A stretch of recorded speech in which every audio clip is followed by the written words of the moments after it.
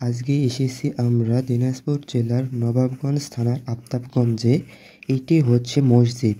এটা কোনো তাজমহল না, দেখে মনে হবে খানিকটাই তাজমহল। চলেন ভিতরে প্রবেশ করা যাক। এটা হচ্ছে প্রবেশ পথ, এটা প্রবেশ পথের গেট। এই মসজিদটি কয়েক একর জমির উপর অবস্থিত।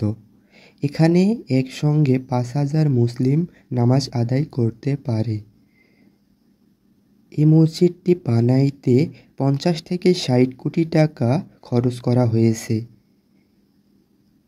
এটি দিনাজপুরের একটি ঐতিহাসিক মসজিদ। এখানে অনেক পর্যটক আসে ঘুরতে। চলেন ভিতরে ঢোকা যাক। এটা হচ্ছে আমাদের মসজিদের প্রথমেই, এটা হচ্ছে ঝাড়বাতি। ঝাড়বাতিটি ১৮ লক্ষ টাকা দিয়ে বানানো হয়েছে। এটা হচ্ছে আপনার পুরো মসজিদটি। এটা হচ্ছে নিচতলা, এইটা ৫ তলা বিশিষ্ট। দেখতে পাচ্ছেন অনেক সুন্দর কাজ করা। এখানে অনেক পর্যটক আসে ছবি তোলার জন্য। এখানে বিদেশ থেকে পাথর অনেক কিছু আনা হয়েছে এখানে কাজের জন্য। দেখতে পাচ্ছেন অনেক সুন্দর।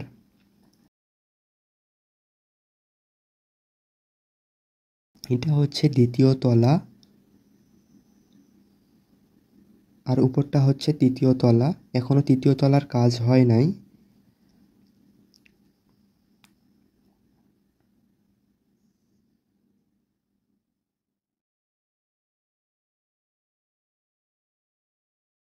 এটা হচ্ছে তৃতীয় তলা। এটার মোটামুটি এখনো কাজ অনেকটাই বাকি আছে।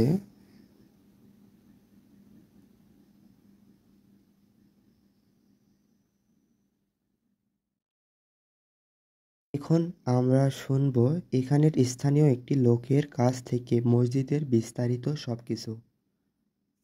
২০ টাকা বাজেট, ১২০ টাকা খরচ করি, ৬৫ কোটি হয়ে গেছি। কয় বছর থেকে হচ্ছে? ১২ বছর থেকে কাজ চলা যায়, কাজ চলতে আছে। আরো ক বছর চলে পারে? ৭ বছরে শেষ হবে না। ৬০ কোটি হয়েছে, হয়েছে। ৬৫ গেছি।